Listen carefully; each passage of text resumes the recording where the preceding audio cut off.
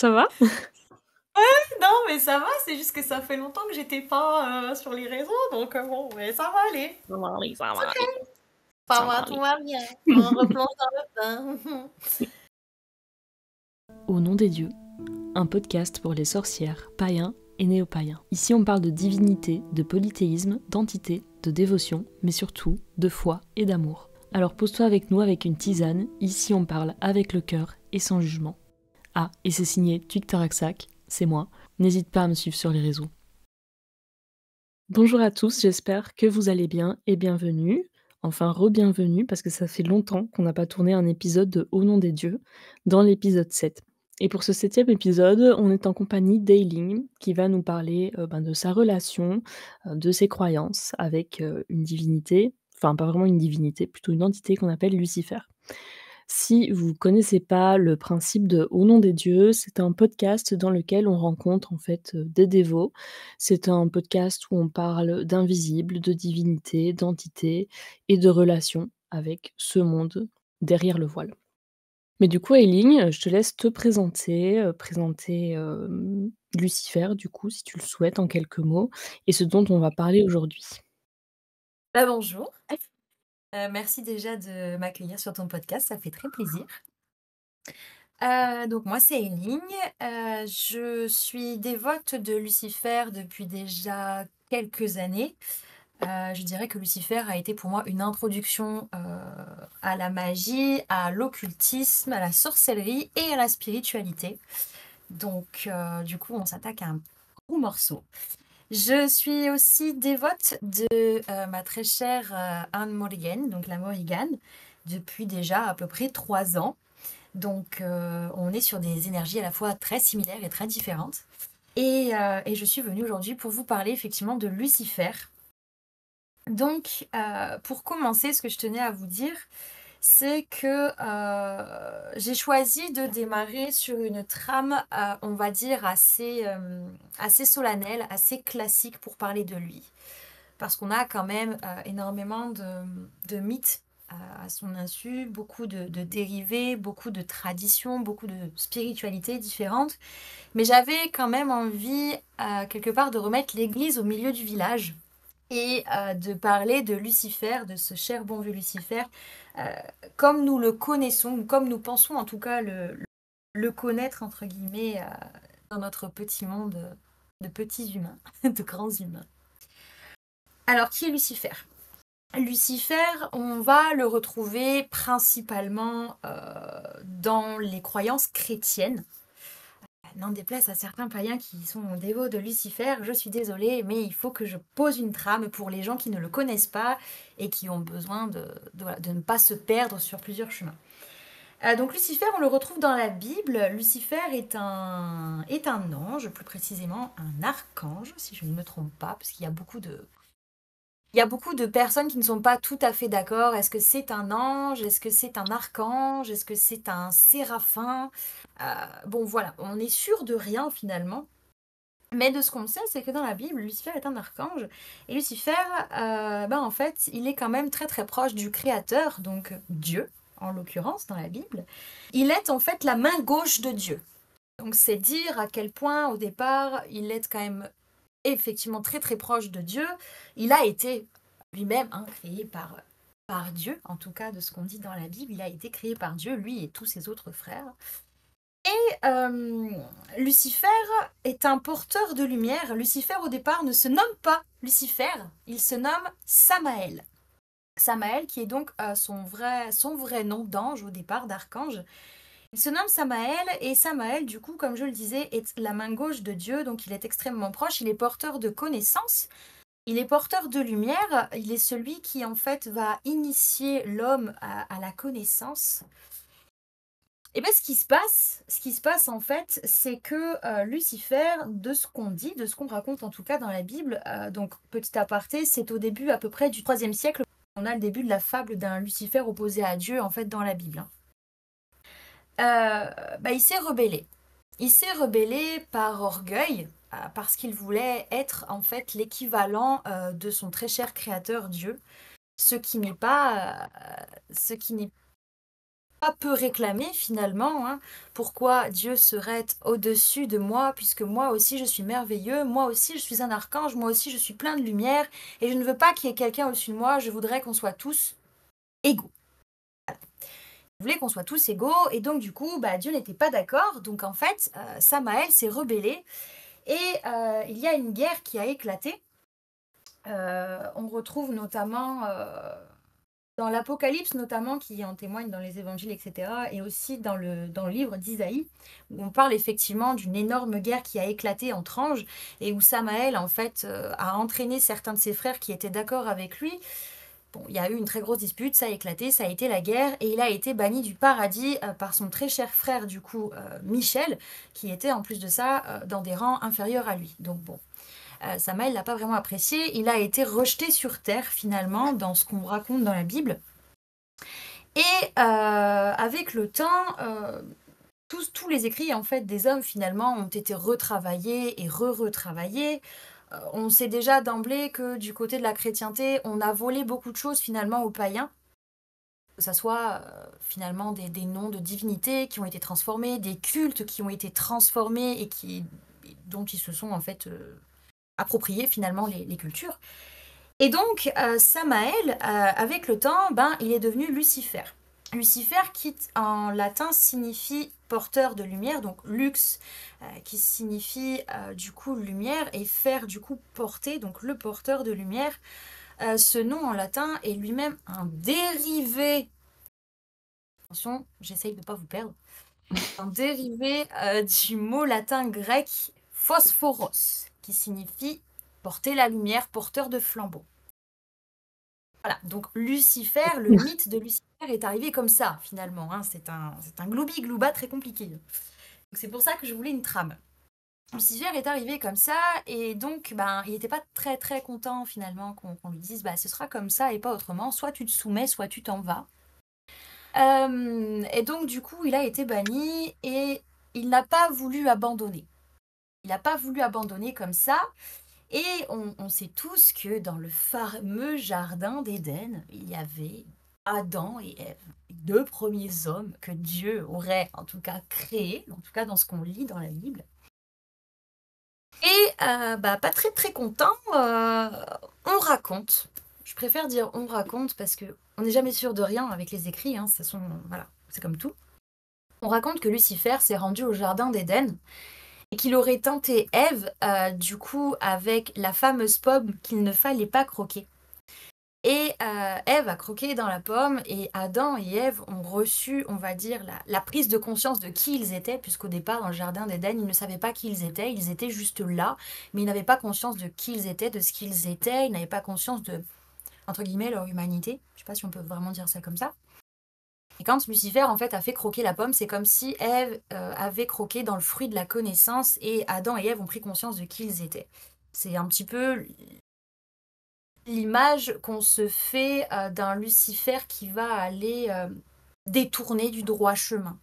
Même si, à mon sens, ce n'est pas vraiment... C'est pas vraiment comme ça que j'appellerais ça. Et donc, du coup, Lucifer, par la suite, avec le temps, on l'a catégorisé aussi de Satan. Dans la Bible, on dit que Lucifer est Satan.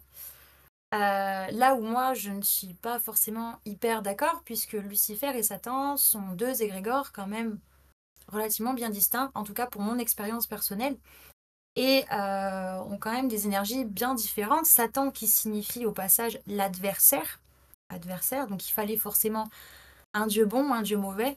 Nous, les petits humains, on a toujours voulu catégoriser le bien et le mal pour pouvoir faire la différence dans ce qu'on peut faire, dans ce qu'on ne peut pas se permettre de faire. Et en fait, tout a été catégorisé, même en spiritualité. Donc, on a un dieu lumineux, le créateur, et puis on a Satan, l'adversaire, donc qui va détenir avec lui tous les maux de l'humanité.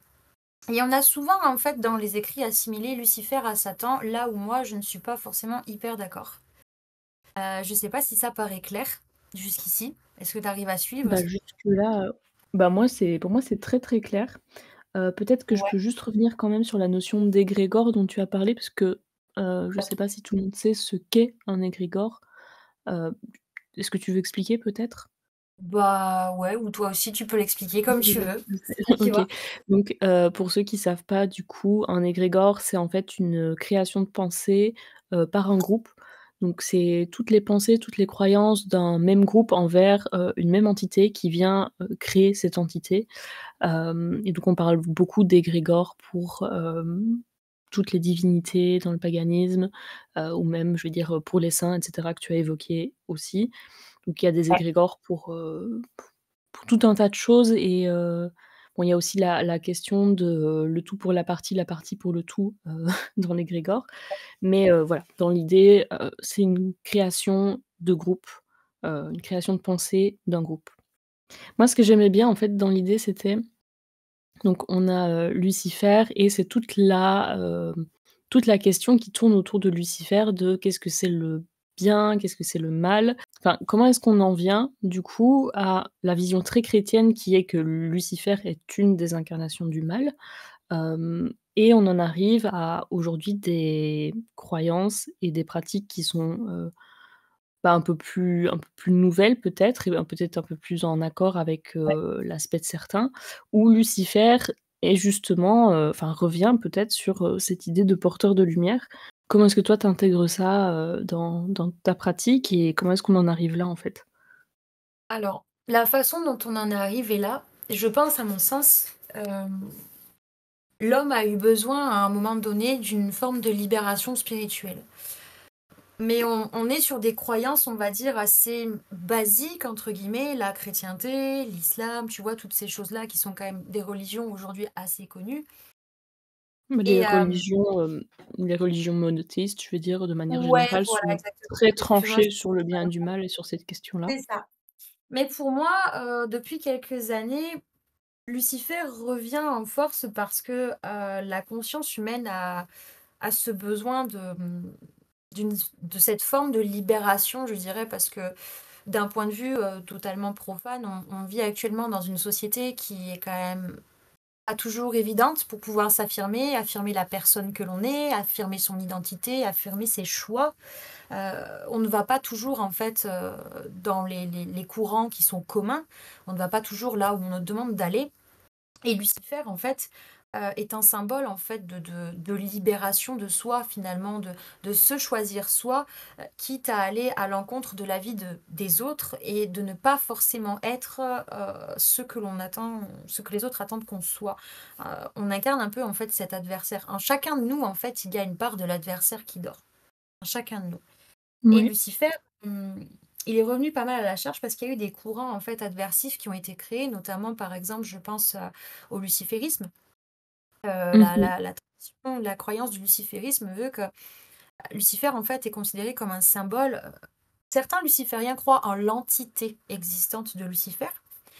D'autres lucifériens, la plupart, considèrent Lucifer comme un symbole de libération et considèrent en fait qu'en chacun de nous dort une certaine forme de cette adversité qui nous permettent en fait de créer notre propre voie. Le luciférisme, c'est ce qu'on appelle aujourd'hui la voie de la main gauche. Donc, je pense qu'il y a eu un besoin à un moment donné de se libérer de certaines choses dans nos sociétés qui ont fait que parallèlement, dans la spiritualité, de façon très moderne, s'est créée en fait la voie de la main gauche, puisqu'il n'y avait que la voie de la main droite, donc la voie chrétienne, la voie de Dieu. Certains ont voulu aller à contre-courant et se retrouver dans, dans une forme de spiritualité où ils pouvaient entièrement être eux-mêmes. Euh, Dans le sens où bah, certaines personnes ne se retrouvaient pas forcément dans la croyance monothéiste classique et sont parties sur une forme de pensée libératrice. C'est très philosophique, hein. La voie de la main gauche, c'est très philosophique. Très philosophique, très symbolique et je Exact. trouve qu'aujourd'hui, d'autant plus, c'est hyper parlant, hyper symbolique, parce qu'il y a quand même une forme de rébellion aussi contre, une autorité, Mm. hem et on est dans un monde où aujourd'hui enfin, je m'aventure sur un truc un peu tortueux, un peu, peut-être, dangereux, j'irai pas jusqu'à dire dangereux, mais où, aujourd'hui, on est dans un monde où il y a de plus en plus, je veux dire, de personnes qui ne sont pas d'accord contre, l'autorité, qui se rebellent et je trouve que ça fait vraiment écho à ce qu'on peut vivre à l'heure actuelle, et du coup, je Ouais. pense que la libération spirituelle aussi, C'est une sorte de Ouais. libération spirituelle. C'est assez parlant, assez intéressant de s'aventurer sur ce chemin-là, en tout cas, ou en tout cas de se poser la question. Bah, c'est une forme de libération spirituelle et puis c'est aussi une forme de recherche de justice, d'égalité, pour soi et pour les autres. Donc c'est ce que j'ai particulièrement, apprécié quand, j'ai commencé à étudier, un petit peu la voie de la main gauche parce que enfin un petit peu. J'ai quand même pas mal Beaucoup? étudié la voie de la main gauche, notamment le côté, luciférisme. Donc du coup, j'ai lu quelques bouquins, notamment, 2 auteurs qui étaient quand même relativement intéressants, mais ça on en parlera plus tard. Et c'est ce que j'ai beaucoup apprécié, c'est vraiment ce côté libération spirituelle où vraiment toutes les toutes les possibilités, tout en fait, tout t'appartient. Il n'y a que toi qui peux construire ton chemin, il n'y a aucun code, aucune obligation. Alors forcément, il y a des «valeurs à respecter» entre guillemets, tu as quand même une trame à suivre pour pouvoir, du coup, faire ton petit bonhomme de chemin, à ses côtés. Mais oui, c'est une forme de libération spirituelle et c'est ce qui est vraiment intéressant, aujourd'hui parce que, Lucifer est vraiment une entité, je dirais et une croyance qui est à part parce que ce n'est pas une religion monothéiste puisqu'il ne veut pas qu'on le considère comme un dieu. Ce n'est pas une religion polythéiste puisqu'on n'est pas sur un culte traditionnel, de paganisme. Donc c'est vraiment une voie qui est à part. Ouais, Et c'est là, en carrément. fait, on retrouve cette intensité, à ses côtés et c'est là où, en fait, on va aller creuser, on va aller être curieux de se dire: «Pourquoi il est différent des autres? Qu'est-ce qu'il peut m'apporter de plus que ce que les autres dieux ne m'ont pas apporté?» Tu vois? Carrément. Bah, oui, parce que je me posais justement cette question comme tu l'expliquais au début, ben, Lucifer, lui, sa grande question, c'était un peu de mettre tout le monde sur un pied d'égalité. C'était de se dire: «OK, mais pourquoi moi j'aurais, quelqu'un au-dessus de ma tête?» Et du coup, j'avais un peu cette question relationnellement, en fait, du coup, comment est-ce que ça se passe? Puisque je suppose que, l'idée, c'est pas de toi en tant que dévot, si on peut utiliser ce mot-là, tu n'es pas en dessous, tu n'es pas à ses ordres, tu n'es pas, Non. mmh, En voilà, fait, il y a il y a pas plusieurs de hiérarchie, ouais. non, il y a pas de hiérarchie, mais il y a plusieurs façons, en fait, de le vénérer, on va dire. Tout va dépendre dans tout va dépendre de la branche dans laquelle tu t'engages. Tu vois, si tu t'engages dans la Wicca, traditionnelle luciférienne, qui est quand même une croyance assez moderne, pour le coup, bah, dans la Wicca, tu as le dieu, tu as la déesse. Bon là, le dieu, en l'occurrence, ça va être Lucifer, la déesse, ça va être Lilith. Automatiquement, là, effectivement, tu vas le considérer comme une divinité. Tu vas pas te mettre à genoux non plus et être dans la supplication, puisque même dans le paganisme, c'est pas comme ça que ça se passe. Mais tu vas le considérer comme une divinité qui va être au-dessus de toi, qu'il va falloir honorer, qu'il va falloir respecter dans certains codes, dans certains schémas, etc. Euh, Moi, personnellement, je... Et c'est là où, en fait, c'est assez compliqué. Je suis dans un coven de Wicca luciférienne, mais j'ai gardé quand même mon schéma à moi de comment je considère Lucifer, comment je le vois, comment je chemine avec lui. Pour moi, ce n'est pas une divinité. Pour moi, et ce sont des choses qui sont écrites dans certains bouquins, Lucifer est une entité télétarque. C'est-à-dire que c'est une entité qui va être initiatrice, comme une forme de guide, mais avec autour de lui une aura quand même assez, qui va avoir quand même de la prestance, qui va être quand même, parce que quand tu lis la Bible, c'est quand même le roi entre guillemets des enfers. Donc ce n'est pas un dieu, ce n'est pas non plus, une entité que l'on doit négliger, à qui on doit dire: «Bon vas-y frérot, aide-moi à faire telle ou telle chose et basta». C'est quand même une entité envers qui il va falloir avoir du respect, il va falloir avoir des notions de voilà, d'échange.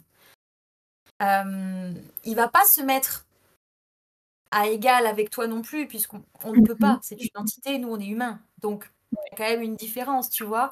Mais malgré tout, on va pas être dans la supplication, on va pas être dans le «je t'en supplie», on va pas être dans la prière, on va être dans un relationnel d'échange, de partage.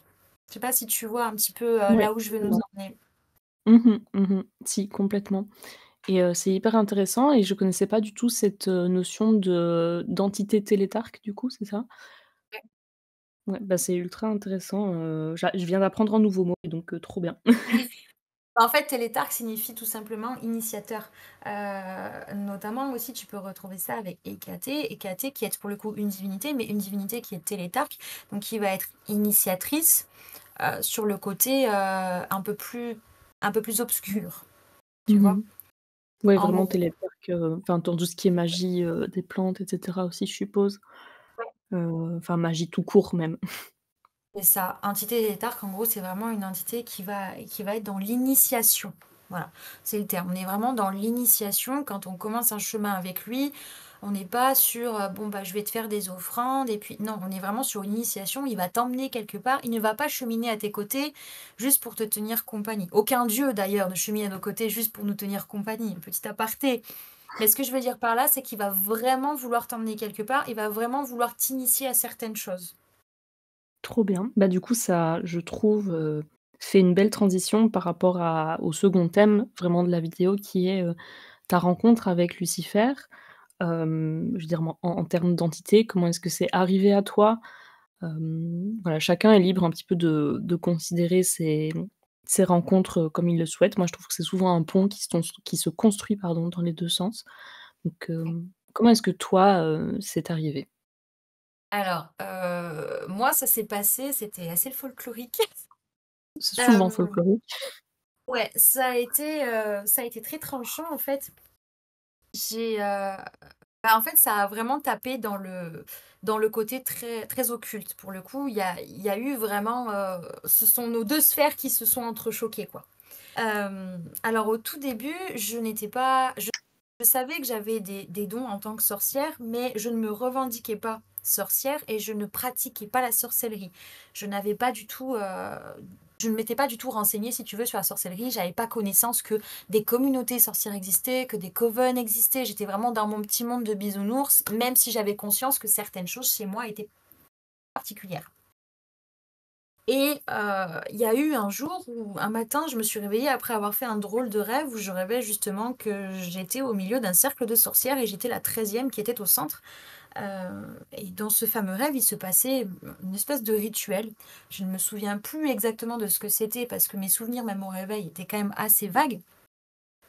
Et après ce rêve, j'ai passé ma journée en ayant une envie qui me prenait aux tripes de vouloir faire de la magie, de la sorcellerie. Vraiment, j'étais vraiment là, je veux faire de la sorcellerie, je sens que ça doit sortir. C'était vraiment comme une énorme boule d'énergie qui était en moi, qui avait besoin de sortir. Et je ne pouvais pas l'expliquer. Voilà, je me disais, mais arrête, ça n'existe pas, c'est que dans les contes de fées, dans les Disney, tu vois, ce genre de choses. Et j'ai commencé à me renseigner malgré moi au bout de plusieurs semaines, puisque cette envie ne me passait pas. Et c'est là où je suis tombée du coup sur, une vidéo, YouTube de, V-Bataille.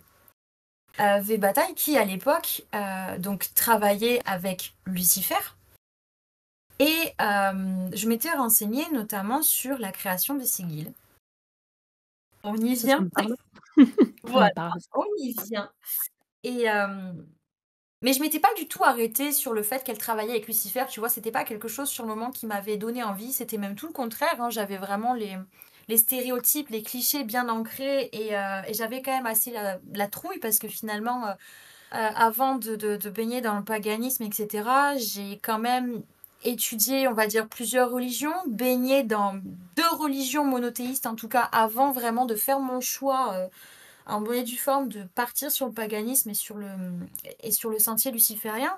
Donc j'avais quand même cette crainte, ces stéréotypes de ben c'est le mal, c'est le diable, c'est dangereux. Donc je m'étais pas arrêtée là-dessus.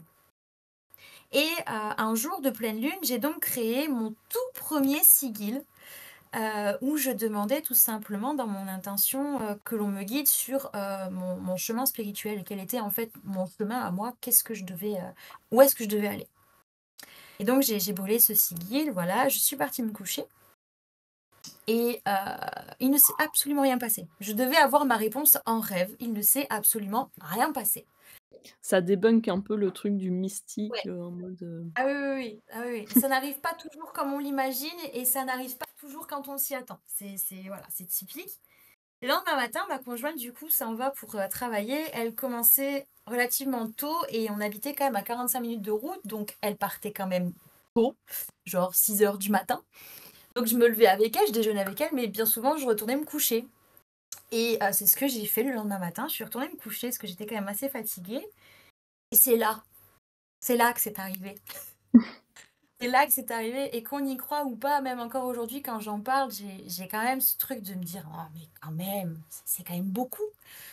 Je suis retournée me coucher et je me souviens que je dormais à plat ventre. J'étais vraiment posée à plat ventre, etc. Je dormais.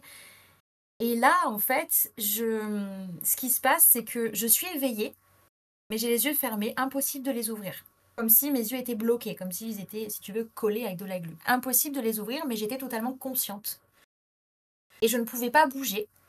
Au début, j'ai pensé que je faisais une terreur nocturne, puisque quand j'étais petite, ça m'arrivait quand même fréquemment, mais c'était pas le déroulé habituel. Ça n'avait rien à voir. Et de là, en fait, j'entends quelqu'un monter les escaliers en direction de ma chambre. Voilà. Des pas très lourds, très lents, tranquilles, comme si la personne était chez elle, hein, vraiment. Et là, j'ai commencé à avoir très très peur. Sur le moment, je me suis dit, mais il y a quelqu'un qui est entré dans la maison. J'ai peut-être pas forcément fermé à clé. J'étais pas à l'aise, mais je ne pouvais pas bouger. Et c'est vraiment ce qui m'interpellait, en fait. C'était pas tant le fait d'entendre quelqu'un monter, c'était le fait que je ne pouvais absolument pas bouger. Et j'entends que du coup, les pas de cette personne, ou cette chose en tout cas, s'arrête à l'entrée de ma chambre et rentre dans ma chambre. Voilà. Je l'entends marcher, je l'entends faire le tour tranquillement de mon lit pour arriver à côté de moi, donc à ma Quand droite. même un peu flippant. Ouais, ça a été vraiment très très flippant. C'est pour ça qu'on va débunker aussi après ça certaines choses concernant Lucifer. Ça a été assez flippant. Et donc, je tiens quand même à préciser qu'à cette époque-là, la série Sabrina n'était pas sortie. Donc, je n'aurais même pas pu, tu vois, faire un parallèle, me dire j'ai regardé la série, ça m'est monté au crâne, j'ai fait une espèce de rêve un peu bizarre. Pas du tout, parce que la série n'existait pas encore à ce moment-là. Et je sens en fait cette personne, cette chose, se baisser tout doucement pour arriver à hauteur de mon oreille, donc c'est dire que c'était quand même assez grand. Et je sens un souffle sur mon oreille. Et j'entends une voix extrêmement rauque me dire, et je m'en souviens encore aujourd'hui, toutes les sorcières sont des enfants de la nuit. Tu es une enfant de la nuit et je t'aime. Et à ce moment-là, déjà quand j'ai entendu cette fois, j'ai mon sang qui n'a fait qu'un tour parce que c'était vraiment une voix que tu n'entends nulle part. Ça vient vraiment des bas-fonds, c'est quelque chose que tu... C'est pas une voix commune, quoi. C'est pas un truc, voilà. Tu sais que c'est pas humain, quoi. Et à ce moment-là, en fait, j'ai un énorme frisson qui m'a parcouru tout le long de la colonne. Ça m'a donné la sensation d'un serpent, en fait, qui se longe le long de ma colonne, qui glisse. Un frisson entier qui m'a pris un peu comme cette espèce de sensation que tu peux avoir quand tu actives, quand tu éveilles la Kundalini. Et pouf, d'un coup, j'ai pu rebouger. J'ai de suite ouvert les yeux, je me suis assise dans le lit et tout de suite, j'ai eu le nom de Lucifer qui est arrivé dans ma tête. De suite. Ah Et oui, c'est quand même pourtant, moi, gros en effet. ouais, c'est quelque chose d'assez intense et c'est pour ça que de Mmh. base, j'en parlais quand même relativement peu parce que déjà, ça peut effrayer. On peut aussi te prendre légèrement pour quelqu'un qui n'est pas tout à fait stable dans sa tête aussi. Donc, donc voilà, et j'ai tout de suite eu son nom dans la tête, ce qui m'a vraiment surprise parce que, comme je te l'ai dit, ayant parcouru quand même certaines religions monothéistes bien avant et ayant été dedans, jamais je me serais tournée vers lui. Enfin, j'aurais eu vraiment la trouille. Et, euh, et à partir de ce jour-là, il y a une présence qui s'est installée dans ma maison. Donc sa présence, ou en tout cas une essence, un bout de son essence. On va pas dire qu'il a logé chez moi, hein, parce qu'il a autre chose à faire. Hein. Et il y a eu des manifestations dont j'ai été témoin et dont ma famille a été témoin. Donc c'est ce qui m'a rassurée en fait dans l'idée que je n'étais pas cinglée. Les lumières qui clignotaient, typiques, bon, les bruits dans les murs, ce genre de choses en fait finalement normalement que tu ne retrouves que dans les films. Mais ce sont des choses qui moi m'ont percuté. Il peut très bien aller rencontrer une autre personne et les choses peuvent se passer totalement différemment. Il n'y a pas qu'un seul chemin de rencontre. Moi, en l'occurrence, il est allé taper là où ça allait me percuter, où ça allait me faire tiquer et dire, bon, ok, il y a quelque chose. Tu vois. On est Mmh tous, mh. on réceptionne tous les signes de manière différente. Ouais, on a tous nos filtres en fait. Exactement. Moi, c'est vraiment comme ça qu'il est allé, on va dire, titiller ma curiosité parce que autrement ça n'aurait pas été suffisamment intense pour que je puisse m'intéresser, en fait, à lui. Il te fallait un marteau sur la tête, en fait, pour que Ouais, c'est un peu ça, c'est un peu ça, ouais. Et donc, ça a duré pendant peut-être bien 3 ou 4 mois. Et j'en avais parlé en fait sur le coup, à ma conjointe parce que j'étais quand même un petit peu sceptique, en me disant: «Putain mais est-ce que j'ai pas fait une bêtise? Est-ce que j'ai pas invoqué quelque chose qu'il fallait pas?» Tu vois? Tu te dis des fois, bon, quand tu t'y connais pas, même pour les gens qui ouais, font ça du fait un peu Ouija, des trucs flipper. comme ça, tu sais pas, tu vois? Tu te dis: «Bon, j'ai peut-être un souci, on sait jamais, faut que je prévienne les gens de mon entourage, tu vois? Au cas où qu'il m'arrive quelque chose, on sait jamais». Et je me souviens que du coup, je lui en avais parlé et c'est là où elle m'avait dit, écoute, s'il était là pour te faire du mal, il y a longtemps que ce serait fait. Il perdrait pas son temps, tu vois, à rester là et à attendre que tu fasses un choix, entre guillemets. Est-ce que tu acceptes de cheminer avec lui ou pas, tu vois? Et donc, du coup, c'est comme ça que je me suis lancée dans le bain et j'ai accepté de l'accueillir dans ma vie et dans ma spiritualité, dans mes croyances spirituelles, et accepter de le voir autrement que ce que l'on voit de lui, que ce soit dans les textes ou même de la façon dont il est évoqué au quotidien. J'ai accepté de le voir différemment, de le laisser me montrer, de le laisser m'initier et surtout de me montrer que tout n'était pas blanc ou tout n'était pas noir. Et à partir du moment où je l'ai accepté en fait dans ma vie, ce qui s'est passé, c'est que pendant à peu près une année entière, je faisais, sur une semaine, on va dire 5 jours enfin 5 nuits par semaine où, j'avais des visions en fait, où il était là et où en fait, il se passait des espèces d'initiations dans l'astral finalement. C'était quand même des nuits assez intenses, tu vois? Parce que tu te réveilles le matin, enfin je sais pas, pour ceux qui ont déjà fait, qui ont déjà eu des visions ou qui ont déjà voyagé un peu dans l'astral, c'est quand même assez épuisant quand tu te réveilles, tu as l'impression que tu pas dormi finalement. Ouais, ouais, Donc carrément. ouais. Donc du coup, ça s'est passé un petit peu comme ça et puis petit à petit, les choses se sont calmées et on a pu commencer à cheminer de façon un petit peu plus, je dirais traditionnelle, un petit peu plus posée et à établir, une relation d'échange, plus fluide, plus je dirais plus douce et moins occulte. Mais, en même temps, avec du recul, je suis pas surprise puisqu'on considère quand même Lucifer comme un initiateur dans l'occulte et comme le maître des magies qui va venir vraiment enseigner, et quand il choisit d'enseigner, il va pas passer par 4 chemins. Donc du coup, voilà, c'est lui qui m'a entendue, c'est lui qui s'est pointé, en fait. On peut dire ça comme ça, voilà. Je sais pas si c'est, C'est clair, pas très, très très clair. rassurant. Bah, je sais pas si ça se doit rassurant non plus, mais moi, du coup, j'avais une question. C'est comme, tu nous expliquais que, ben, voilà, tu étais passée par 2 religions monothéistes avant, que du coup, Oui, Lucifer, c'est vraiment, incarnation du mal pour toi, ouais, enfin, en tout cas dans ce qu'on t'avait inculqué. Comment est-ce que tu ouais. as réussi, je veux dire, à déconstruire cette image-là pour, toi, pouvoir l'intégrer? Hem, Bah, déjà pour commencer, ce je me suis énormément renseignée sur son sentier et ce que j'ai beaucoup apprécié, c'est que, de son côté à lui, les différences, que ça soit différences sociales, différences d'identité, n'était pas quelque chose qui bah, je m'aventure sur un terrain très glissant, je le sais, mais en même temps, on parle On est de là de pour ça, d'un tant pis. sujet voilà. Donc les différences d'identité, les différences de différences tout court, en fait, étaient acceptées, chez lui, là où, dans les 2 religions dans lesquelles j'ai baigné, donc on va établir un petit peu le contexte pour que ce soit quand même clair pour tout le monde.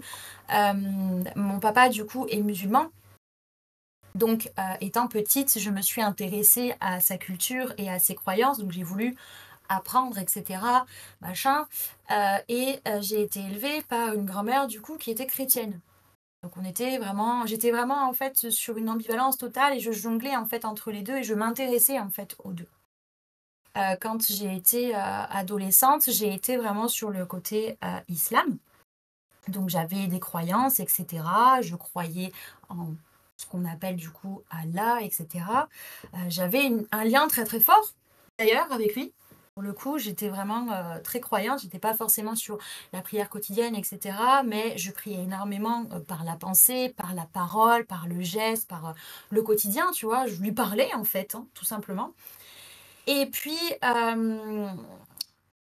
ce qui s'est passé, c'est que, bah, du coup, j'ai rencontré ma conjointe et bah, l'homosexualité, en fait, n'était pas forcément, en adéquation, je dirais, du Ouais. coup, avec mes croyances. C'est ce qui me posait, en fait, une problématique, c'est que je ne me voyais pas, être dans une croyance où je ne pouvais pas être malheureusement totalement, on va dire, acceptée. Je m'y retrouvais pas forcément et donc du coup, j'ai arrêté, en fait, d'être dans des religions et j'ai fait une énorme pause et c'est dans mon énorme pause, en fait, où j'ai fait le point et où Lucifer est arrivé et où là, je me suis dit: «Tiens, je vais peut-être me questionner» puisque quand il est arrivé, il m'a pas fait de mal. Tu vois? On a toujours l'image Ouais. du le démon arrive, comme dans les films, c'est la possession, c'est le drama, faut faire venir le prêtre, machin et c'est pas du tout comme ça que ça s'est déroulé et j'ai attendu X mois avant de dire oui et je me suis rendu compte qu'en fait, il ne m'était rien arrivé. Donc en tout cas de dramatique. Donc c'est là où j'ai commencé un peu à débunker et à m'intéresser et où j'ai vu qu'effectivement, il y avait des choses de son côté qui étaient acceptées, là où moi, je n'étais pas acceptée dans d'autres religions finalement et où je me suis sentie, hein, bien en fait, finalement. Je me suis sentie à ma place en tout cas dans sa façon de voir les choses, dans sa spiritualité et donc j'ai continué de creuser en fait ma relation avec lui, mais vraiment à tâtons au départ parce que j'étais quand même très trouillarde et je me suis aperçue que la réponse était fluide et qu'elle était pas néfaste, pas violente. On était dans une relation d'échange où j'étais au départ que sur la prière, donc j'étais vraiment que sur le côté à lui parler, à faire des petites offrandes parce que ça me faisait aussi plaisir de le remercier d'être là, de le remercier d'avoir entendu mon appel et de s'être finalement présenté. Et petit à petit, j'ai déconstruit cette image qu'on a du démon, tu vois? Même Ouais. si, il ne faut pas oublier, que dans toute divinité comme dans toute entité, il y a des polarités et ça, c'est souvent quelque chose qu'on oublie, Mmh mh. malheureusement. Mais est-ce que Voilà. tu veux, en parler un petit peu justement de ces polarités et après on peut passer aux attributs? Parce qu'il y a peut-être des attributs qui sont liés à ces polarités? Ouais.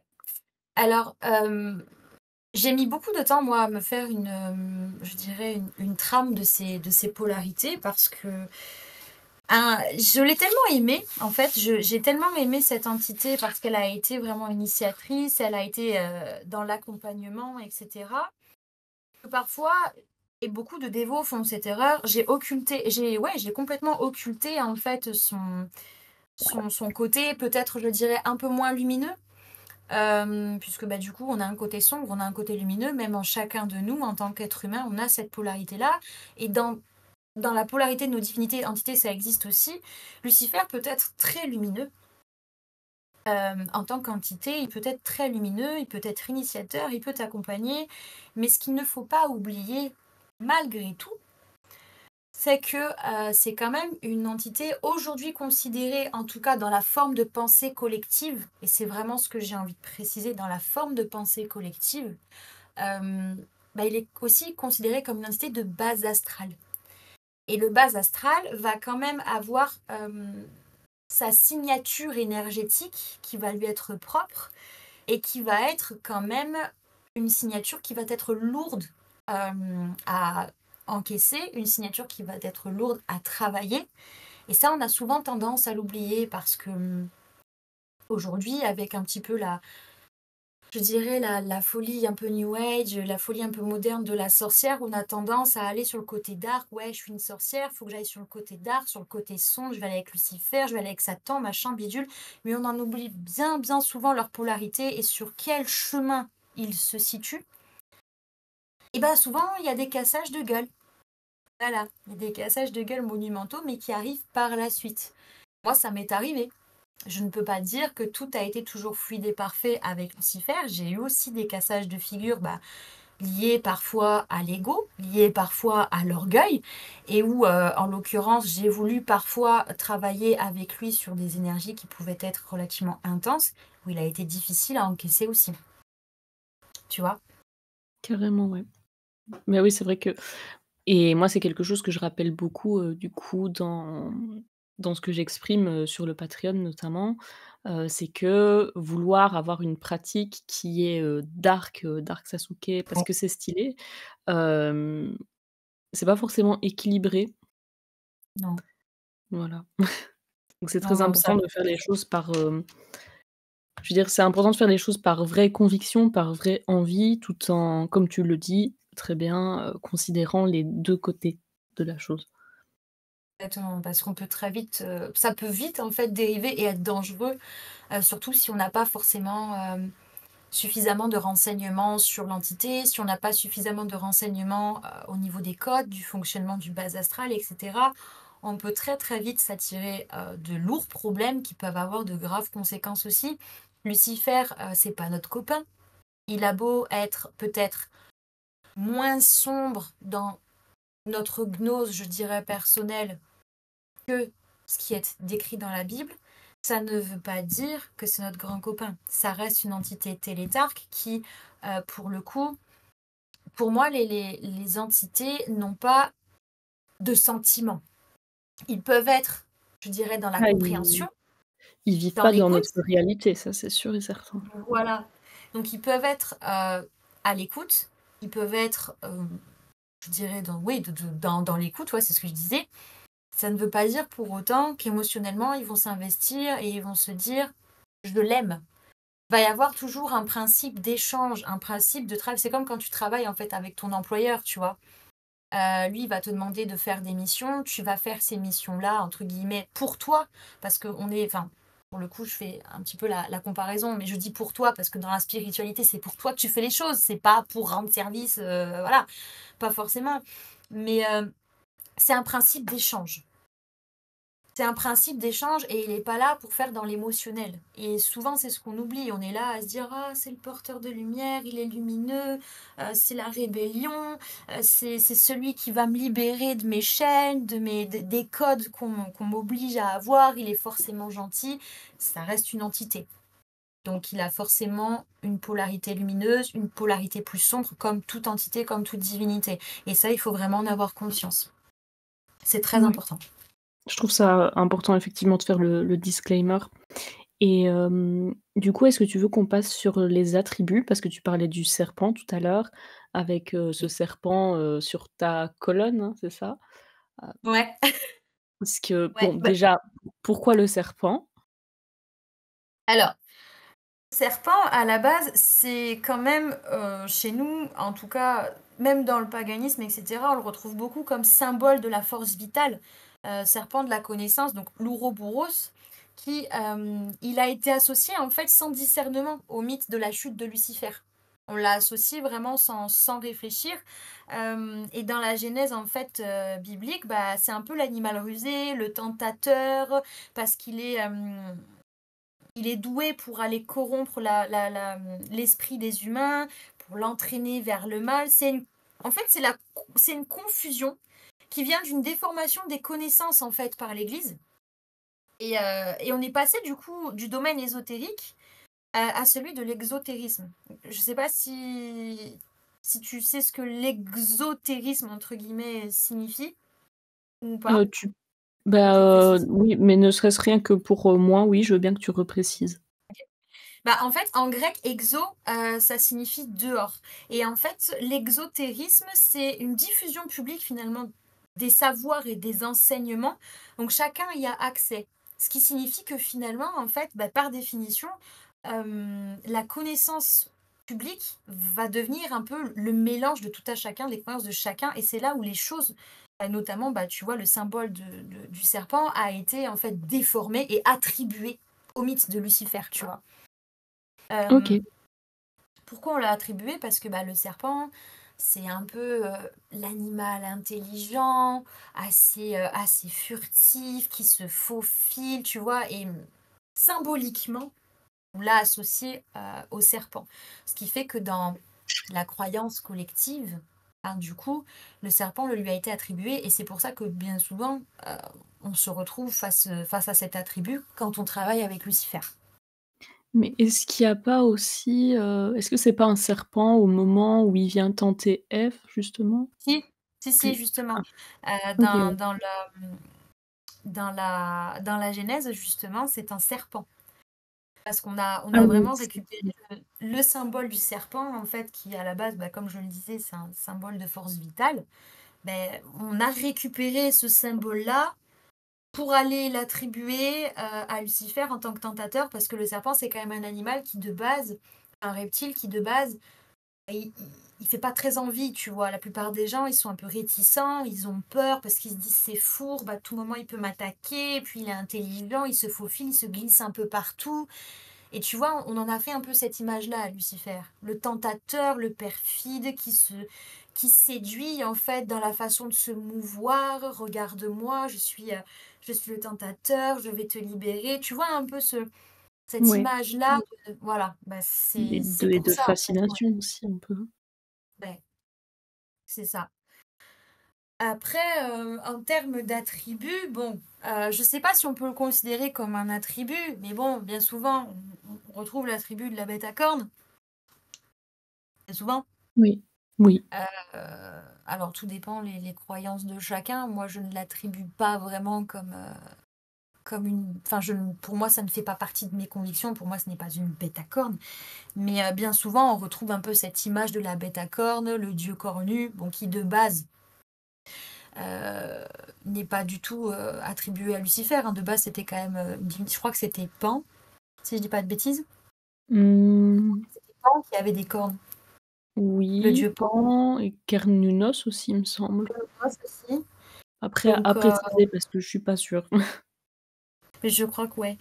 Et donc, du coup, bah, les croyances bibliques ont pris un peu cette image de bête à cornes et l'ont attribuée à Lucifer. Enfin, tu vois, c'était pas foufou. C'est pas foufou comme attribut, moi, je trouve. Mais moi, après, dans mon UPG, dans les attributs que moi, je lui donne, bon, il y a forcément cette notion de serpent, puisqu'à ma première rencontre avec lui, du coup, j'ai eu cette sensation de serpent qui glisse le long de ma colonne. Mais cet attribut-là, je ne lui donne pas une connotation négative, mais plutôt positive, puisque c'est aussi un symbole d'alchimie profonde et un symbole de transformation. Donc moi, je lui attribue en fait cette image de serpent plus sur ce côté-là. En termes d'encens, ben, je vais aller, principalement quand je n'ai pas le nécessaire, je vais aller du coup lui offrir du sang de dragon. Pourquoi? Me dira-t-on, bah, c'est complètement stupide, mais le sang du dragon, puisque Lucifer dans la Bible est considéré comme le dragon rouge, voilà, on l'appelle le dragon rouge en fait, je lui offre souvent du sang de dragon ou alors un mélange d'oliban et de myrte aussi. Après, je lui... est-ce que ce que tu offres en dévotion, tu peux le considérer aussi comme attribut ou pas? Oui, en soi, bah, on peut parler des offrandes, du oui, en fait, c'est un petit peu la question aussi, comment est-ce qu'on pratique avec? Comment est-ce qu'on l'approche? Et du coup, les offrandes, Ouais. ça fait partie de tout ça aussi. Ok. Alors en termes d'offrande, je sais qu'il apprécie particulièrement le porto et le vin rouge. Monsieur a Voilà. des bons goûts, excusez-nous. Monsieur a du goût, monsieur a du goût, monsieur a du goût. En termes de nourriture, bien souvent, bah, je vais aller fabriquer en fait une espèce de pain. Je reste sur quelque chose en fait d'assez basique parce que je dans mes dévotions, dans mes offrandes et dans mes attributs, je vais quand même rester assez soft le concernant parce que pour moi, encore une fois, ce n'est pas un dieu. Donc je vais pas aller, sur des terrains trop glissants et en faire trop non plus sur les offrandes. Je reste quand même assez soft, mais ouais, sang dragon pour l'encens, mélange d'oliban ou de myrte, porto en offrande. Après, en termes d'attributs, il y a aussi le symbole de la couronne et le symbole de l'épée, Oui, hem, que je lui attribue et qu'on retrouve aussi, dans certains mythes. La couronne, pourquoi? Parce que, bah, pour moi, je dirais qu'il a perdu sa couronne au passage en tant qu'archange. Et c'est important pour moi sur son autel, entre guillemets, qu'il y ait cette image de couronne et de vouloir récupérer sa couronne et de remonter sur son propre trône. Donc il y a ça, il y a donc aussi l'épée, puisque ça reste quand même un archange. Alors c'est assez contradictoire dans le sens où quand il a été banni du paradis par Michel, Michel avait donc du coup l'épée flamboyante. Donc forcément, le symbole de l'épée qui lui est associé, c'est pas forcément fifou. Mais pour moi, l'épée est aussi un symbole de guerre. Le symbole du guerrier, le symbole de la puissance et le symbole aussi de se dire, vas-y, je vais sur mon propre chemin et je vais vraiment tout terrasser pour récupérer ma couronne. Et pour moi, Lucifer, c'est vraiment, en tout cas dans mon UPG, c'est vraiment celui qui va vouloir aller récupérer, en fait, ce qui lui appartient de son propre, par ses propres moyens. Donc, la couronne et l'épée sont des attributs pour moi qui sont essentiels dans ma pratique. Ouais. Et la couronne qu'on retrouve d'ailleurs sur, la sculpture de Guillaume Guif. Oui, notamment. Et j'aime bien cette notion de aller récupérer ce qui m'appartient aussi. Il y a une, notion de souveraineté, qui est quand même importante. Tout à fait. Tout à fait. Il y a une notion de souveraineté personnelle qui est vraiment importante. Et c'est pour ça aussi que je l'aime énormément, tout comme j'aime le travail que j'ai en parallèle avec la Morrigan. Ça se rejoint quand même un petit peu. Alors, on est sur deux chemins complètement différents et je dirais, des pratiques qui sont totalement différentes, mais on a toujours ce chemin de souveraineté personnelle qui se retrouve en tout cas auprès de Lucifer. Ça a vraiment été sur des initiations qui ont été pour le coup extrêmement Mmh. profanes. Je vérifie quand même. Oui, à vérifier du coup. Et je me demandais, est-ce qu'on peut considérer la pomme aussi comme un attribut? On peut. On peut la considérer, si, on peut la considérer comme un attribut. Si, si ça nous parle, on peut. Je pense que c'est quelque chose quand même qui est relativement intéressant à explorer en termes d'attributs. Ouais. Bah, dans l'idée de je vais dire de fruits de connaissance, de fruits d'initiation un peu. Enfin, Exactement. c'est comme ça que je la voyais moi perso. Oui. Oui, oui, non, mais tout à fait. OK.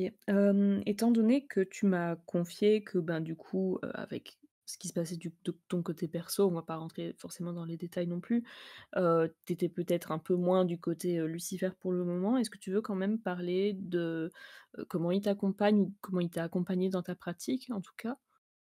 Ouais. La façon dont il m'a accompagnée en fait sur un chemin qui était, je dirais, à titre plus personnel que spirituel, dans le sens où on était sur une initiation en gage de souveraineté personnelle et donc du coup, il a été plus présent sur des moments de vie qui ont été vraiment intenses et très très difficiles à surmonter, où il a vraiment fallu que je fasse preuve de force, de courage, de détermination et je dirais, un petit peu art guerrier en termes de façon de penser.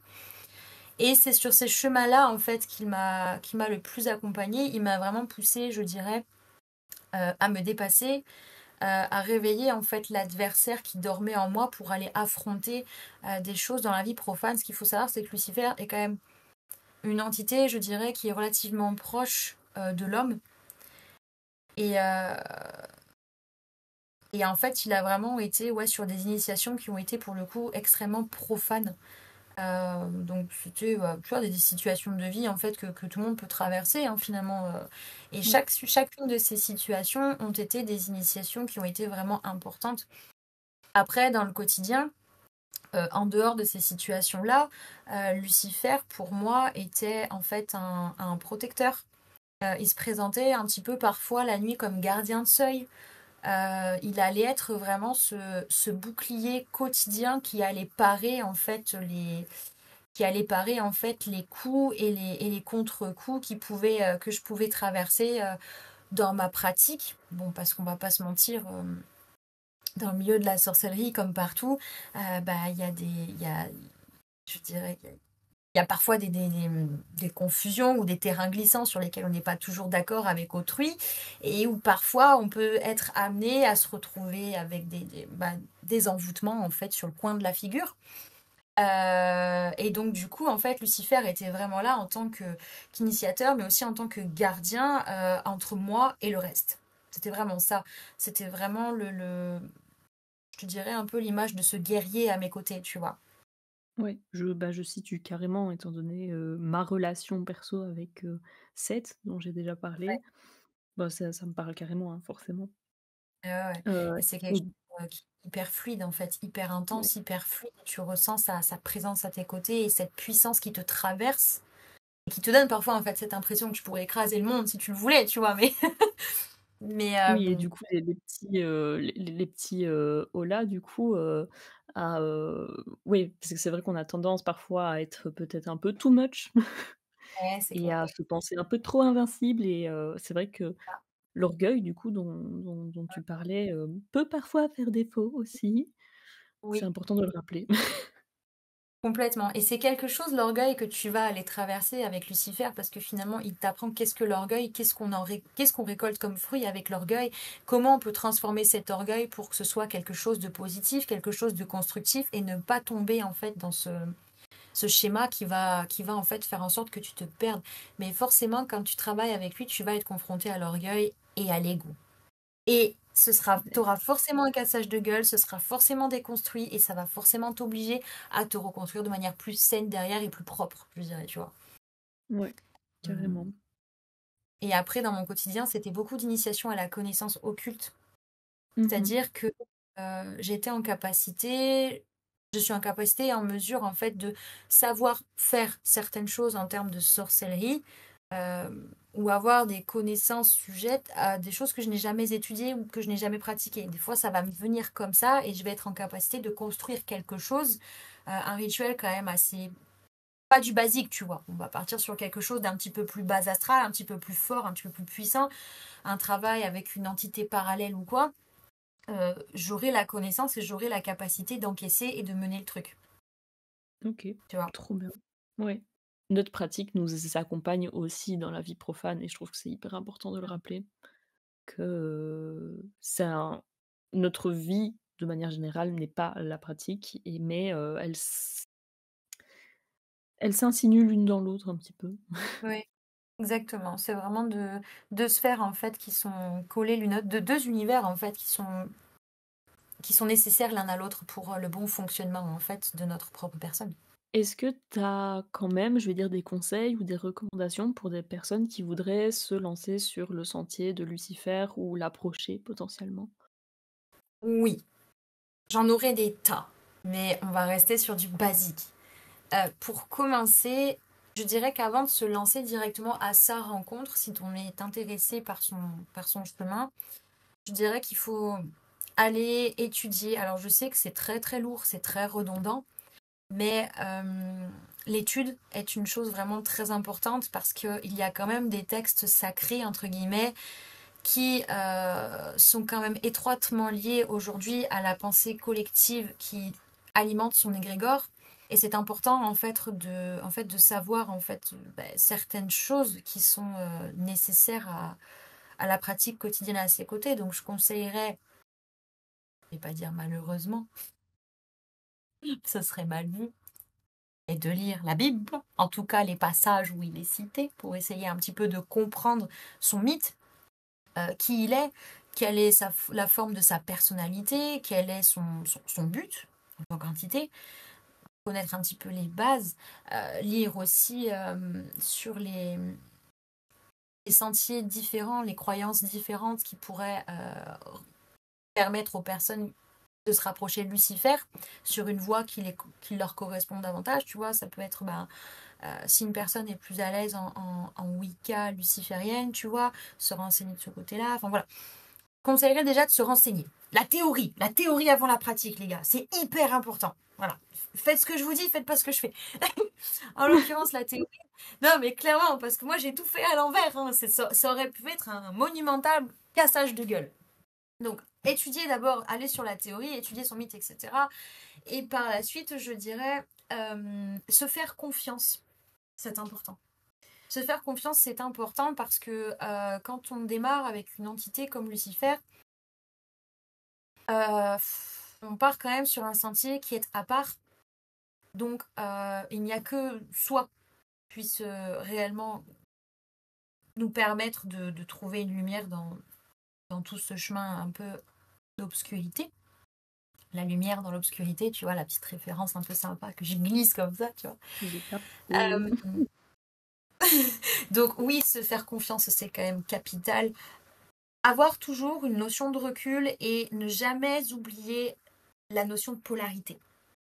Ça, c'est vraiment un conseil très important que j'irais donner, surtout pour travailler avec Lucifer. Ne jamais faire quelque chose, mais ça, c'est un conseil qui est plutôt général, hein, ne jamais faire quelque chose qu'on ne se sent pas capable de faire auprès de lui. Ce n'est pas parce qu'on n'est pas capable de faire un truc qui va nous renier. Pas du tout. Si on ne se sent pas à l'aise à l'idée de pratiquer un rituel ou voilà, de faire une offrande ou une demande ou que sais-je, il n'y a aucune obligation, on ne le fait pas. Parce que un rituel ou une offrande ou une demande en particulier qui va être accomplie va forcément engendrer derrière une avancée sur notre propre chemin et on va monter un peu de level, tu vois. Donc si on se sent pas prêt, faut pas y aller de suite. Ouais, chaque chose en son temps, ça ne sert Ouais. à rien de courir. Ouais. Mais oui, en termes de conseils, ne pas. Mon plus grand conseil, ça serait de ne pas se jeter corps et âme si on se sent pas totalement prêt. C'est un peu connaissez vos limites, en fait, aussi. Oui. Bah, puis ça fait beaucoup partie du sentier luciférien Mmh. d'être capable de connaître ses limites. Être capable de les repousser de temps en temps, ça fait pas de mal non plus. Mais de toujours se rappeler de cette notion de polarité, cette notion de limite et cette notion d'étude qui reste vraiment très importante. Ouais. Et se faire confiance parce que tout se passe en fait très subtil avec Lucifer. Parce que, comme je le disais tout à l'heure, l'adversaire, entre guillemets, l'adversité dort aussi en nous. Et quand on travaille avec Lucifer, on va aller incarner un peu cette essence du dragon. C'est-à-dire que, OK. pour moi, dans mon UPG, en tout cas, quand j'ai travaillé avec Lucifer, cette essence, je l'ai intégrée, entre guillemets, en moi. Et automatiquement, j'ai changé. À la différence, tu vois, quand je travaille, enfin, je suis dévote de la Morrigane, j'ai certes un comportement très morriganien, j'ai des valeurs qui sont très morriganiennes, mais ça ne m'a pas, je dirais que je n'ai pas changé en tant que personne, tu vois, c'est aligné avec mes valeurs. En revanche, avec Lucifer, quand j'ai intégré son essence, il y a quand même eu un changement qui a été, je dirais pas conséquent, mais malgré tout, il faut être prêt à accueillir son essence et son énergie qui se diffèrent totalement de toutes les autres. Et ça, c'est très important d'en avoir conscience. Donc, c'est aussi un conseil que je peux donner, tu vois, c'est vraiment être prêt à recevoir cette essence, à recevoir cette énergie et à pouvoir l'incarner. Parce que c'est vraiment ce qui est un peu recherché sur le sentier luciférien, c'est incarner la voix VOIX de l'adversaire, de Lucifer, du porteur de lumière, sur Terre. Alors attention, pas de syndrome de l'élu.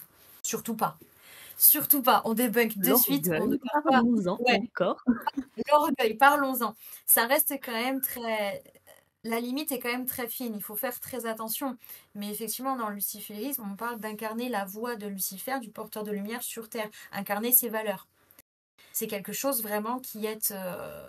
C'est pas, je dirais pas nécessaire, c'est pas le terme, mais quand tu vas travailler avec lui, ça va se faire par automatisme. Et donc, il faut OK. être en mesure de. Ouais, il faut être capable d'arriver à le porter, à l'assumer, et où vraiment tu vas forcément devenir différent. Tu vas incarner certaines différences qui petit à petit, en travaillant avec lui, vont s'affirmer davantage. Et il faut être capable aussi, en tant que personne, d'arriver, entre guillemets, à assumer cette différence, cette force. C'est une différence, c'est une force, mais il faut être capable aussi, tu vois, d'arriver à l'incarner et à la porter. C'est pas, tu vois, faut quand même arriver à porter le truc sur tes épaules. C'est pas toujours Mmh. facile, tu vois. Je comprends.